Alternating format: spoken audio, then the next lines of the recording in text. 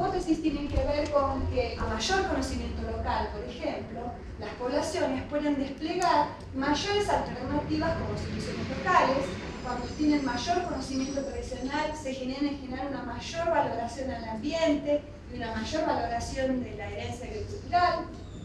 Cuanto mayor conocimiento tradicional tienen las poblaciones, se genera en general una mayor resistencia a situaciones de cambio, ¿no? Es decir, que lo que nosotros tratamos de estudiar es todos estos procesos locales, tratamos de revitalizarlos, ¿no? Y que tienen que ver con soluciones locales, que van en contraposición con soluciones que son externas, que vienen de afuera, porque es con el propio conocimiento de la gente. Entonces, bueno, lo que les voy a contar es como un pantallazo, un panorama general de trabajos que hemos hecho en esta zona, en las zonas áridas de la Patagonia, más o menos 19 poblaciones que hemos trabajado en toda esta zona, que incluye, bueno, Neuquén, Río Negro y Chubut, poblaciones rurales, semirurales, mapuches, tehuelches y criollos. Y entonces, ¿cuáles son las soluciones locales que los pobladores tienen para sobrellevar esta situación de estrés, ¿no? Y poder sobrevivir y reproducir sus modos de vida? ¿Cuáles son las soluciones locales? La solución local es conocer acabadamente a las plantas nativas y exóticas que crecen en el lugar. Hemos estudiado distintos usos de las plantas y les voy a mostrar algunos resultados en términos de estos ítems más importantes, que son las plantas comestibles, las plantas medicinales, las plantas combustibles, ¿no? Entonces lo que podemos ver es que nuestros relevamientos etnobotánicos acerca de plantas comestibles en la zona, encontramos que en la estepa patagónica tenemos más de 80 especies comestibles que son nativas, que las poblaciones en general utilizan entre un 30 y un 40% de especies diferentes por cada comunidad, que también hay un gran número de plantas que son de origen exótico, ¿no? Que también las poblaciones del campo las utilizan para reproducir sus modos de vida, pero como son plantas exóticas hay un menor tiempo de contacto, ¿no? Que son plantas que muchas veces arribaron hace pocos años a la región, entonces la gente no las conoce tanto. Entonces en general no se citan muchas especies exóticas en las comunidades, se citan entre 6 o 10 especies por comunidad. Después tenemos a las plantas hortícolas, ¿no? Las plantas que se cultivan en huertos familiares. Encontramos una diversidad que va de 120 a 150 especies diferentes que se cultivan. Imagínense todo este repertorio de plantas que suplen necesidades locales, ¿no? Y que la gente las usa en su vida cotidiana. La mayoría de los pobladores nos comentan de la importancia que tienen estas plantas, especialmente las plantas silvestres, de su valor como un recurso buffer o de emergencia. ¿Qué significa esto? Las plantas silvestres están presentes, son más utilizadas cuando los productos de la huerta no están disponibles. Entonces la gente depende mucho más de ir a buscar, de ir a recolectar plantas cuando los productos de la huerta no están listos. No hay duda que profundizar todos estos conocimientos y valorarlos tienen que ver con la autosuficiencia alimentaria y la soberanía alimentaria, ¿no? Temas tan mentados en este momento, ¿no? Sin embargo, nuestros trabajos, que son desde hace 13 años más o menos, también nos muestra que la gente más joven, en general, sabe mucho menos de plantas silvestres comestibles, por ejemplo, o de plantas hortícolas que las personas adultas, ¿no? Es decir, que hay procesos marcados de pérdida también de conocimientos en estas comunidades. Y para mostrarles un poco a qué me refiero, ¿no? Acá nada más tengo en estas cajitas, son cajas de distinto tamaño y son los tipos de recursos silvestres alimentarios que la gente cita. Ellos citan frutos del campo, citan papas del campo, verduras del campo y condimentos y saborizantes, ¿no? Son como los grupos que ellos arman. Entonces tenemos como frutos del campo, claro, hay muchas especies de los berberis, que lo llaman allí michay o calafate, que tienen estos frutos rojos. Quizás alguno haya probado dulces en Bariloche, algunos ya se empiezan a comercializar. La gente del campo utiliza muchísimo el michay, es una planta con muchas espinas, que se recolecta en verano, y la gente lo come fresco o en dulces.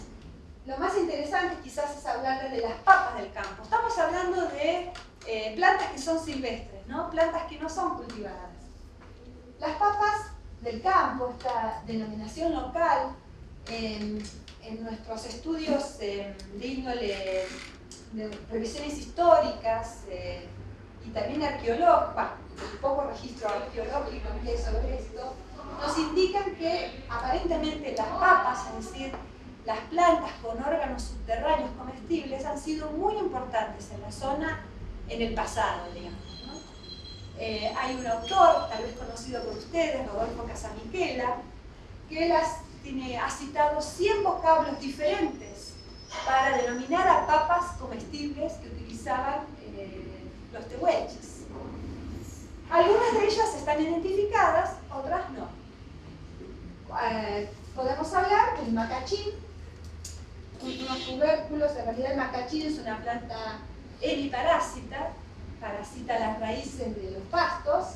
Bueno, y uno si escarba con un cuchillo encuentra estos tubérculos que son dulces, que son fuente de agua.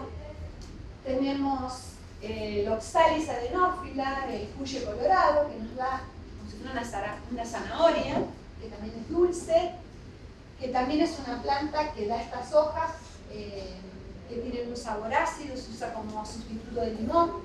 También es usada como una planta ornamental, también es usada como una planta medicinal, tiene propiedades febrífugas, tiene mucha vitamina C, mucho ácido ascórbico. Por lo tanto, la gente del campo, como es tan valioso para ellos, lo que hacen es, en primavera, cuando esta planta tiene sus hojas, son secadas al sol o en estufa y luego se guarda una tortilla, ¿no?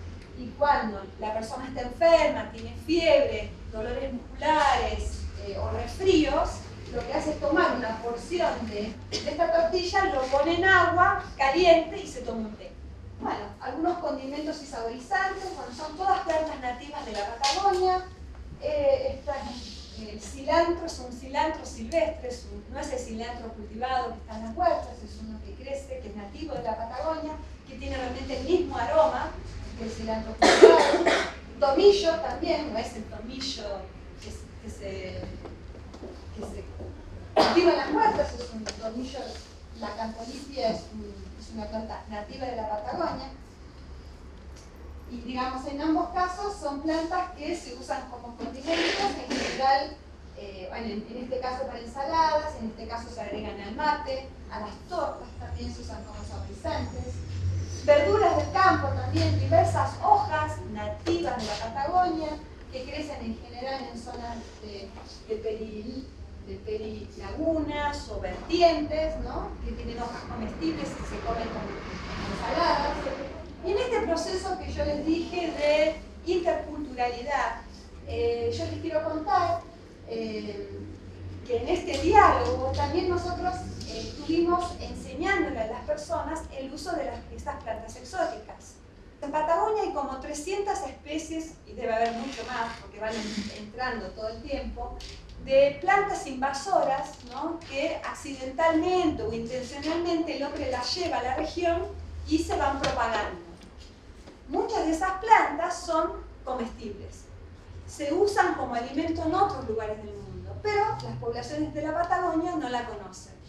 Entonces, en nuestra intención de intercambio, nosotros durante todos estos años, hemos hecho diversos talleres para dar a conocer estas plantas, para dar a conocer sus propiedades nutritivas, porque muchas de ellas tienen valores nutricionales que son mucho más altos que la de las plantas cultivadas que nosotros consumimos habitualmente. Nosotros hemos trabajado durante estos años en difundir esto, ¿no? Los usos de estas plantas exóticas, que en términos de conservación también tienen implicancias, porque son plantas invasoras, muchas de ellas, que compiten con especies nativas. Entonces, de esta manera, estamos ayudando a evitar procesos de invasión, ¿no? Entonces, bueno, hemos hecho muchos talleres de cocina con las distintas especies y capacitaciones de reconocimiento de las plantas, porque la gente en general no las conoce, ¿no? Entonces hay que invertir muchísimo tiempo en difundir con trabajo de campo, básicamente, ¿no? Y bueno, por ejemplo, una de las plantas, los que han viajado para la Patagonia, que están a los costados de las rutas, que tiñe toda la parte con semillitas rojas, se tiñe de rojo en otoño, es la cederilla o vinagrillo, es otra planta que es de origen euroasiático, que tiene mucho ácido oxálico, que eso no es recomendable para las personas que tienen cálculos, pero bueno, tiene un sabor ácido muy agradable y se puede usar como verdura, se puede usar como haciendo jugos, con ese sabor ácido, como si fuera un sustituto de limón. Y nosotros también hemos hecho un pesto, ¿no? Reemplazamos, es una planta que en términos de toneladas, nosotros hicimos estimaciones de biomasa, creo que llegaba en algunos lugares a 3 toneladas por hectárea, ¿no? de alimento totalmente desaprovechado. Y bueno, nos animamos a hacer un pesto, ¿no? Reemplazamos nada más, en vez de usar la albahaca, usar la cederilla, y tuvimos muchísimo éxito. Bueno, otras plantas exóticas, la quinguilla o quinoa blanca, es pariente de la quinoa, pero en la Patagonia es muy invasiva y también se usa de todo. Las hojas como verdura, ¿no? Las semillas como salvado, tiene más calcio que la propia leche, digamos. Es una planta maravillosa y la gente en general no la conoce. El siete venas, otra planta que conocemos todos, también tiene mucha vitamina A, mucha vitamina C, se la puede comer en ensaladas, se la puede usar como verdura, ¿no? El chantel también, que es un pariente cercano. Y entonces, habiendo tanto alimento y que la gente no conocía, empezamos a hacer talleres de capacitación y trabajamos con horticultores de la estepa patagónica que empezaron en 2009 a reunirse y ver qué hacían con sus excedentes de producción, ¿no? Entonces la idea era venir a Bariloche y comercializar estos excedentes de producción. Y ahí aparecimos nosotros y dijimos, también podrían aprovechar y comercializar las malezas, o como nosotros las llamamos, las buenesas. Porque esos productores que tienen huerta, al tener una huerta que es de carácter orgánico, ¿no? Les salían muchas malezas que no sabían que eran comestibles y ellos las tiraban. Entonces nosotros, con estos talleres de capacitación, lo que hicimos es enseñarles a que se usa como alimento, a tratar inclusive de que si lo quieren incluir en su dieta es fantástico, pero ¿por qué no para el mercado barilochense, que tiene un sector de la población con una orientación New Age muy grande, muy naturista? ¿Por qué no ofrecer esto como alimento?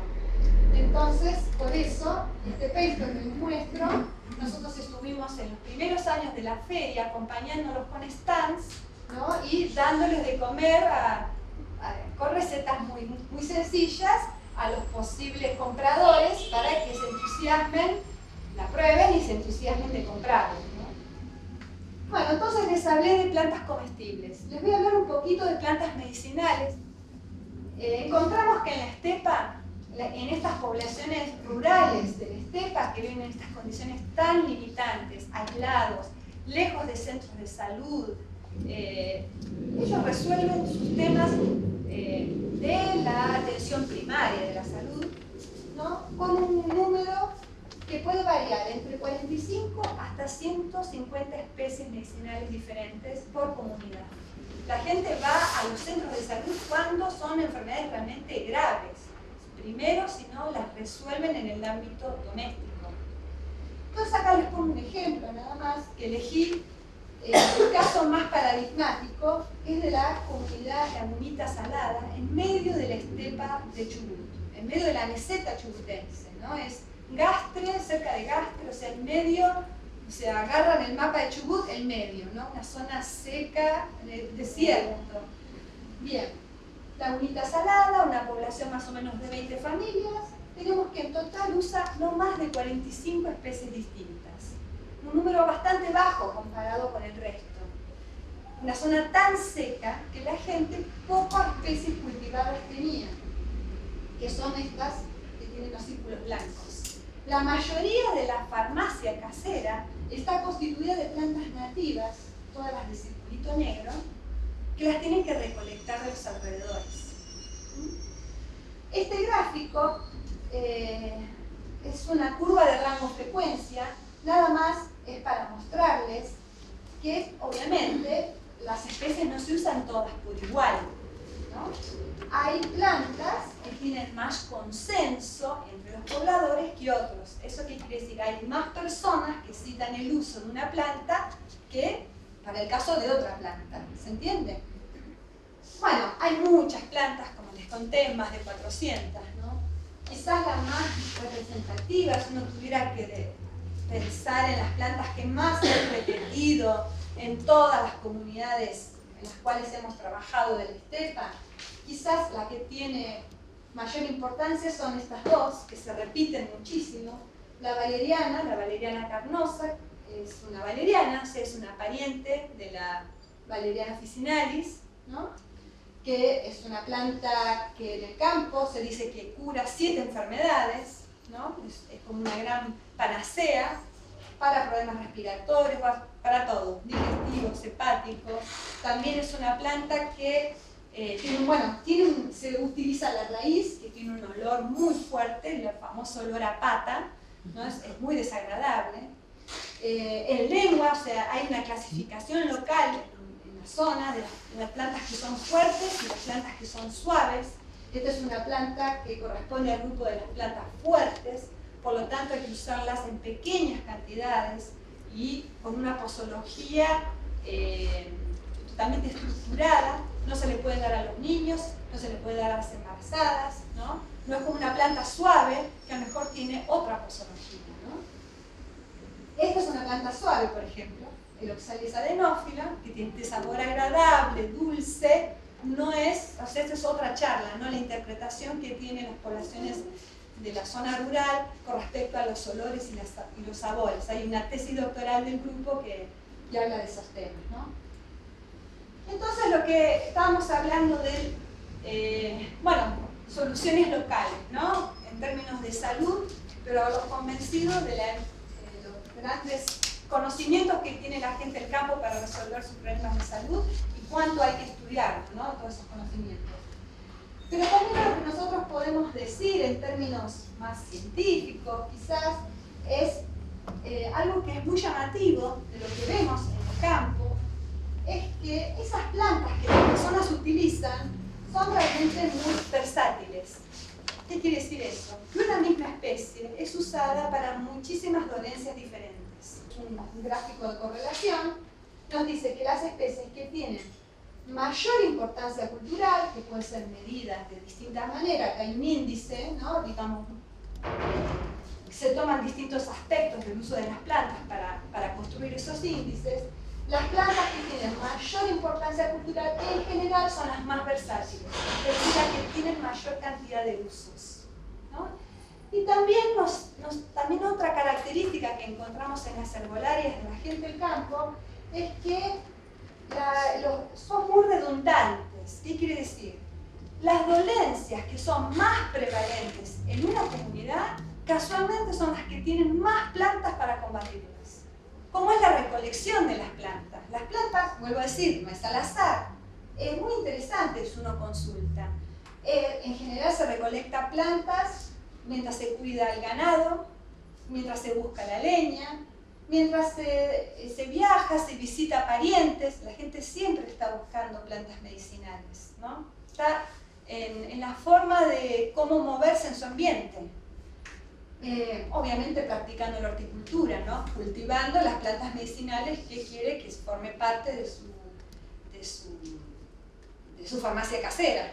Entonces, de esa manera se están repartiendo esfuerzos energéticos a la hora de buscar plantas medicinales, se aumenta el territorio a explorar, porque está siempre pendiente y explorando distintos territorios, se aumentan las chances para encontrar más plantas. Y bueno, y otro de los procesos que también vemos, esta facilidad que tiene la gente del campo de asimilar, de hibridizar nuevos conocimientos sobre plantas exóticas, ¿no? Y entonces, bueno, como eje de desarrollo, qué mejor, ¿no? Seguir difundiendo esto. Les voy a mostrar solo un ejemplo de un trabajo que hicimos ya hace 10 años, pasa muy rápido, que fue en el 2005, en la comunidad rural de Pilcanilleu, donde es una comunidad también de la estepa patagónica, más o menos a 80 kilómetros de Bariloche, donde mediante talleres participativos trabajamos con las personas y les preguntamos cuáles son las plantas medicinales más importantes para ellos. Dijeron, más o menos nos citaron 60 especies. Dijimos, bueno, tenemos que elegir entre todos 10 más importantes. Y ellos nos citaron las especies, todas plantas nativas. Sale la valeriana, la chilca, el pañil de la estepa, el palopiche, la perqueja. Fuimos con ellos a recolectar semillas y esquejes y luego, gracias al apoyo de la escuela secundaria y la delegación de bosques de la provincia, hicimos durante 2 años cultivos de semillas y esquejes y luego los pobladores se llevaban las plantas a sus casas y ahora nos enteramos, justo fuimos a Pilcanilleu, donde las plazas de Pilcanilleu tienen plantas de esta experiencia, ¿no? Así que muy interesante. Y otro de los tópicos que es muy pero muy importante en Patagonia es el tema, como ya les comenté, de las plantas combustibles, ¿no?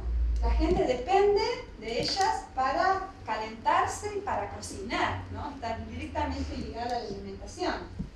Lo que encontramos en las áreas de la estepa, que uno ve que es un paisaje tan chato, no, encontramos cerca de 50 especies diferentes que se usan para leña, ¿no? Nuevamente acá hay una curva de rango-frecuencia, que acá tiene más sentido todavía que la anterior, donde está separada también.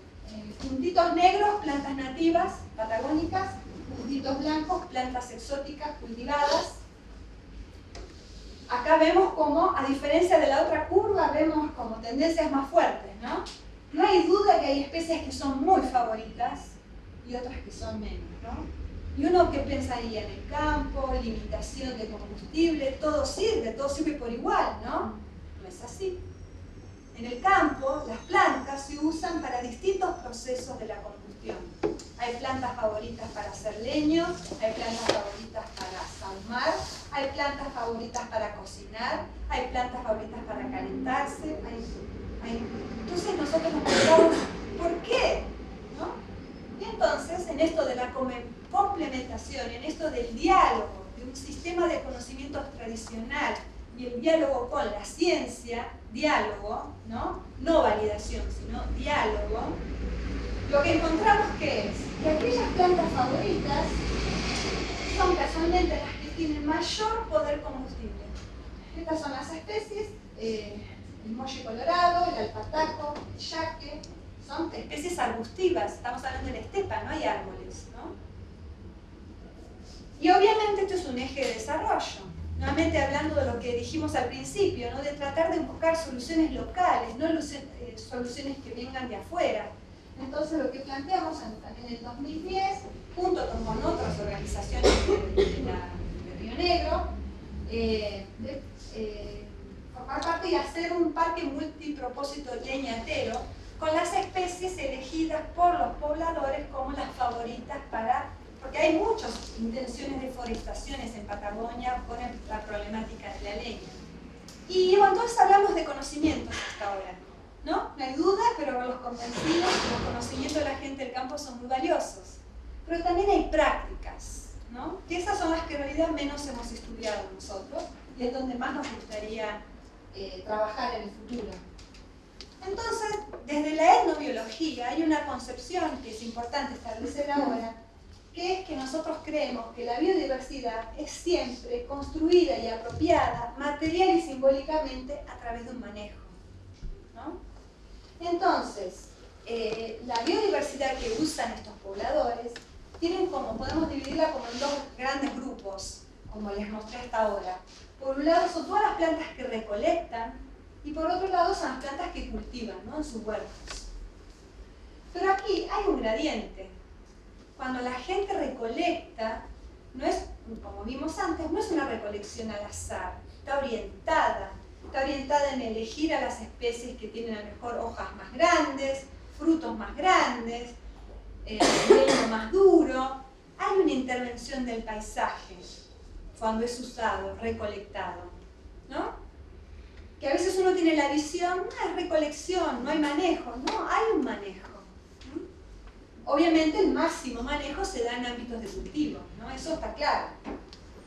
Entonces, les voy a hablar de un concepto que es también muy propio de la etnobiología, que tal vez es diferente a otras formas de definir manejo para otras áreas de la ciencia, pero para la etnobiología el manejo es la aplicación del conocimiento local, ¿no?, en las sociedades, que sirve para mantener o mejorar la abundancia, la diversidad y o la disponibilidad de recursos naturales.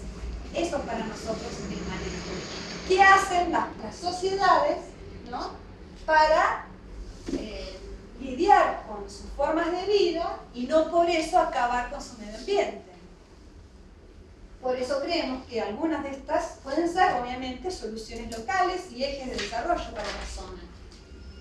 Entonces, les voy a hablar de algunos ejemplos de manejo tradicional que hemos encontrado en las zonas áridas. Y podemos separarlos como en dos grandes grupos: el manejo ex situ y el manejo in situ. Ex situ quiere decir fuera del lugar, ¿no? Esto es lo más fácil de entender. Es cuando se cultivan plantas nativas en un ambiente doméstico, ¿no? Entonces está ex situ. In situ era donde crecía naturalmente, ex situ es llevado a otro ámbito. No hay duda que vemos que las comunidades están sembrando semillas de plantas nativas en los alrededores de su casa, están sembrando esquejes, por ejemplo la udleja, el pañín, en la comunidad vimos huertas donde la gente ha traído del ambiente natural y lo puso en su huerta. Hay trasplantes de plantas nativas. También hay, y esas son las más imperceptibles, manejos que son in situ, en las áreas de recolección.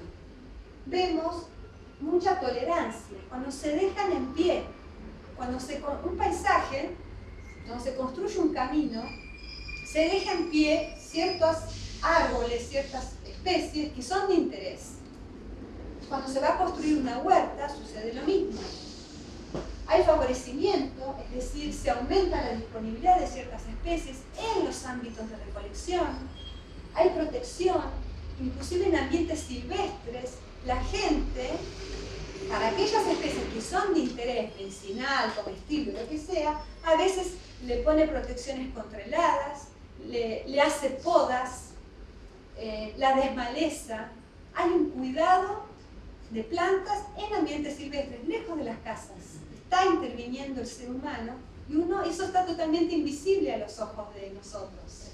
Entonces, todas estas prácticas, ¿cómo se reproducen? ¿Cómo se mantienen? ¿Cómo se mantienen estos valores ligados al uso sustentable de estas plantas? Se mantienen en general vivos en cuentos, en leyendas. Implican siempre, como no sé si se han dado cuenta, una custodia o control social del paisaje, no es al azar el uso del paisaje. Hay reglas de extracción muy pautadas en estas comunidades, hay periodos establecidos de cosecha muy pautados, hay penalizaciones para quienes no las cumplen, ¿no? Son todas prácticas que están totalmente invisibilizadas para la ciencia y para los técnicos, ¿no? Y que las hemos encontrado tanto en el caso de plantas comestibles, en el caso de plantas medicinales, como en el caso de plantas comestibles, ¿no? Entonces esto, para ir terminando, nos habla entonces como que nos pone frente a dos cosmovisiones diferentes, ¿no? La que en términos teóricos se llama biocéntrica o relacional, que es la que tienen estas poblaciones tradicionales, en donde las plantas son iguales a los seres humanos, lo natural, lo sobrenatural, lo cultural está totalmente interconectado en los modos de vida, que se contrapone totalmente a nuestra cosmovisión de sociedad moderna, que es llamada antropocéntrica o utilitarista, ¿no? donde las plantas, en general, están subordinadas a los humanos, son recursos que sirven para nuestro beneficio, los podemos controlar o las tenemos que proteger. Por eso, desde nuestra cosmovisión existen parques nacionales, ¿no?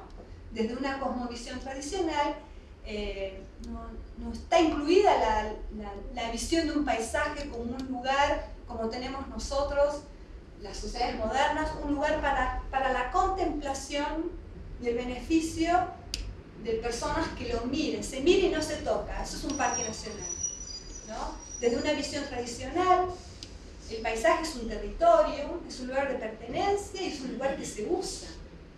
Y no hay prueba más contundente que se usa y a través del uso se conserva. Entonces, el paisaje es un fenómeno cultural.